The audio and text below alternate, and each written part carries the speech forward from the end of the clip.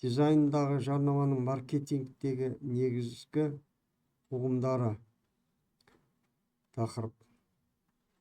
Негізінде маркетингтің өзі бір үлкен бір ғылым. Жаңағы дизайнның жаңағы нелері арқылы, жобалары арқылы бұларда үлкен бір қажеттілікке керекті болады. Мұқтаждық әрбір адамның ас ішу, киім кию, білім алу, тағы сол сияқтылар мұқтаждықтары бар. Тура сол сияқты жаңағы сауда саттықтардағы өзінің тіршілігінің жаңағы экономикалық бір бағыттарын жүргізу мақсаттарындағы қолданылатын іс-шаралар жатады.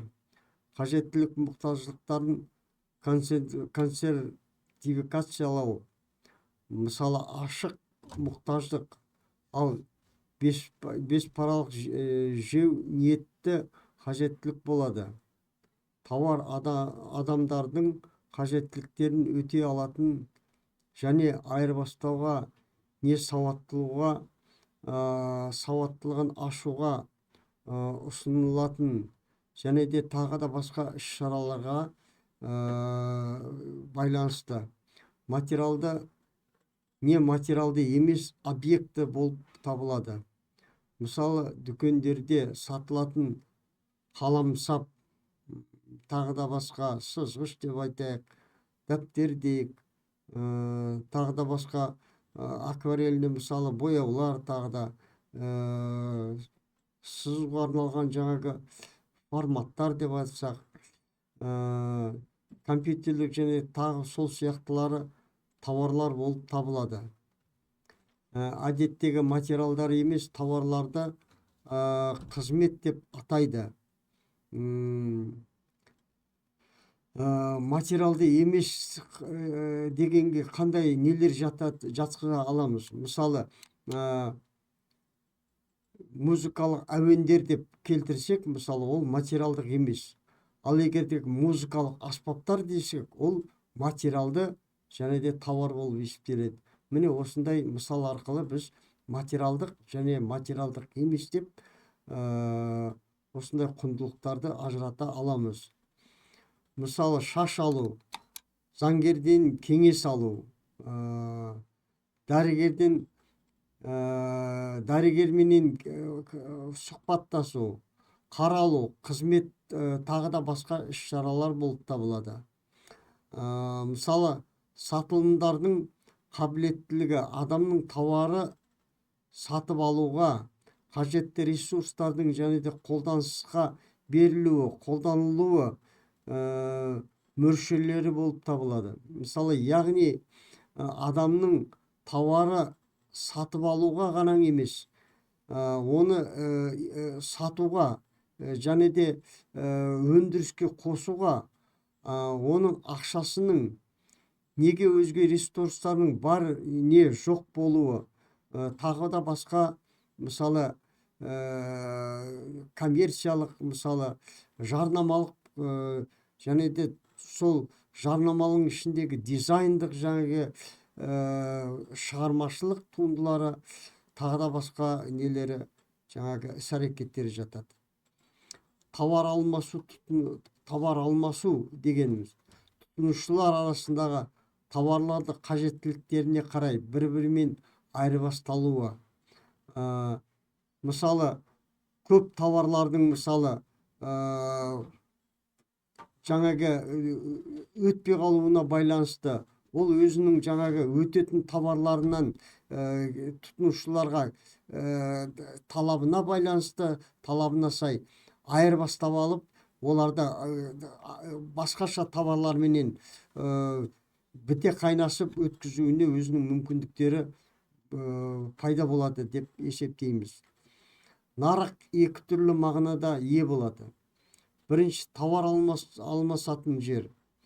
Реалды не виртуалды. Екінші, сатып алушылардың жалпы жиынтығының аталуы. Мысалы, бір мысалы бір товар сататын орындарда мысалы тек қана киімменен шектелетін болатын болса, екінші орындарда мысалы аяқ киім деген сияқты тағы да басқа товарлардың түрлеріменен былай айтқанда айырылады. Басқаша товарлардың сатқан түскен және товарларды өңдеуге жұмсалатын қаржының айырмасы ол жаңағы товарлардың сипатына байланысты, жаңа түрлеріне байланысты шектеледі. Бәсекелестіктер мысалы бір қажеттілікті өтеуге ұсынылған товарлар бар және бір ортақ нарықта жұмыс істейтін компаниялар. Мысалы біз алатын болсақ,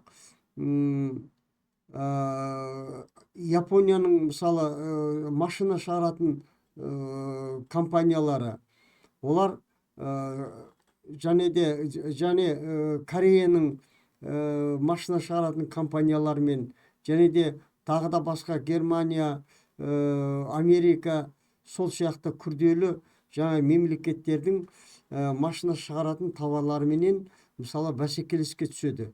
Өйткені бәсекелестікте не роль ойнайды? Оның ішіндегі ең бірінші жарнамалардың сапасы, жарнамалардың жаңағы былай айтқанда ұзақтығы, былай айтқанда долговечность дейді. Содан кейін тағы да басқа функциялары бар әртүрлі машиналардың, мысалы солардың жарнамалау арқылы тұтынушылар өзінің қажеттілігін анықтай алады. Бұл әрине дизайнерлерге байланысты өте қатты жаңағы роль ойнайды.